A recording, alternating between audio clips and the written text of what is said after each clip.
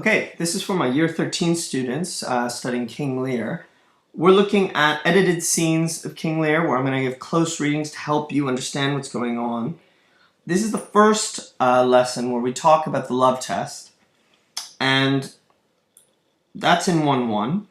It's not the exact opening of the play, but I think this is the central moment that we need to start by looking at. The essay that I'm looking for you to think about, or the theme, is loyalty. Okay, so King Lear begins, "Meantime, we shall express our darker purpose." The word darker already signifies something wrong, something in the shadows, something hidden perhaps. Give me the map there. "Know that we have divided in three our kingdom. 'Tis our fast intent to shake all cares and business from our age, conferring them on younger strengths, while we, unburdened, crawl toward death." This is a haunting opening where Lear promises to divest himself of power and land. And this is unusual, obviously, for the audiences of the time. Some critics think this essentially is his number one failing, to divest himself of his kingdom. But he's going to explain why he's doing this in a second. "Our son of Cornwall, and you are no less loving son of Albany, we have this hour a constant will to publish our daughter's several dowers, that future strife may be prevented now." I think that line is so crucial because it's so often ignored. Lear has a reason for giving away his land. He's giving it between his three daughters, two of which are married, but Cordelia is left. Cordelia's the one left. And the two people that are already married, Cornwall and Albany, he doesn't want there to be future strife or fighting when he's dead. So France and Burgundy are the ones who are going after Cordelia. Burgundy. They're the two great rivals in her love. And, well, we can say more about them later. And they've hung out in the court, and they really, they're here. It's enough is enough. They want to know what's going on. Now, in the original play, the 1594 Lear, the love test was a setup because the king wanted his favorite daughter, Cordelia, to say how much she loved him, and then he would make, "Oh, if you love me so much, you'll marry the one I want you to marry." And the thing in the original play was that all the daughters were unmarried, and Cordelia was the first one getting married. So that was really unusual.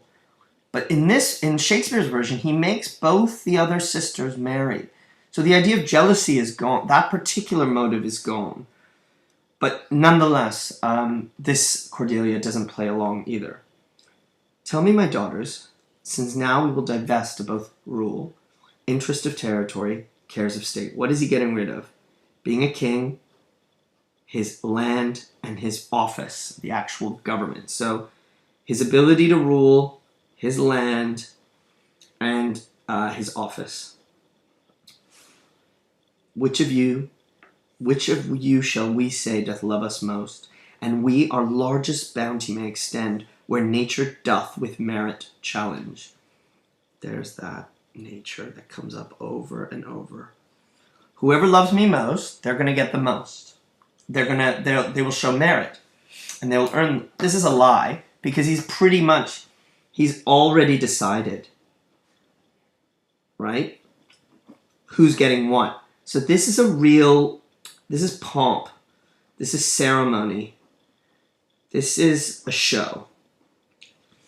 And the two eldest daughters really play along. Okay? Firstly, it's the eldest Goneril. "Sir, I love you more than words can wield the matter. I love you more than words can hold." A haunting line for this play. which is so much about blindness, not seeing. A man gets his eyes gouged out later on. Gloucester, I like you more than seeing. That's haunting. Space and my freedom? Her rhetoric is elevated, but it feels like she's lying. Beyond that can be valued rich or rare. Well, if it's beyond value, it's beyond wealth, it's beyond rarity. I love you better than anything, pretty much. No less than life, with grace, health, beauty, honor. As much as child ever loved or father found. A love that makes breath poor. My words are useless here. Beyond all manners or so much I love you. She's almost defining through negation. She's saying, as if to say, here are the boundaries of imagination. I'm beyond that. Which is a kind of contradiction, of course. Cordelia, now this is sometimes removed from some productions.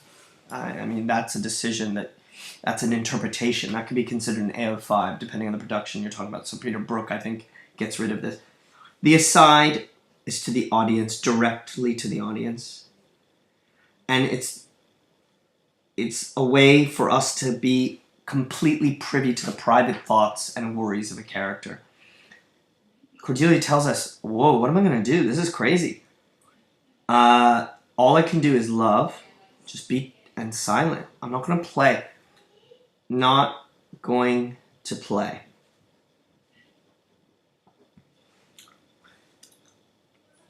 It's in the original, Lear would then ask Regan to speak. I've just edited that out just for clarity. Sir, I am made of the self-same metal my sister is. I'm the same as my sister. And prize me at her worth. And you should value me with her. In my true heart, that's interesting. In my true inside, I find she names my very deed of love. Only she comes too short. Okay, so here's the boundary. Goneril is beyond. And now Regan is saying even that's too short.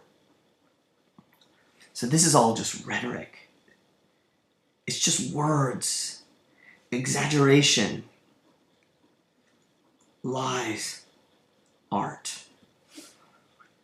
I profess myself, now look at this, an enemy to all other joys which the most precious square of sense possess, and find I am alone felicitate in your dear highness's love. I'm alone. In a way, I feel like I'm the only one that really loves you. I stand alone. So again, this incredibly elevated royal rhetoric, completely full of horse manure for us. And why? Because again, the aside, she turns to us. Oh, poor Cordelia. And yet not so, since I am sure my love's richer than my tongue. She's criticizing. Critique here is that words versus action. Words versus love. And if we're connecting that to loyalty already, do we want, what kind of loyalty do we see? What kind of loyalty do we wish to experience? Okay, in the second section that I've chosen, Lear now turns to Cordelia. The whole thing has been a sham to really, here's the main event. The main event. This is what he set it all up for. Our joy. Oh, you know what? I'm going to make another video for this second part.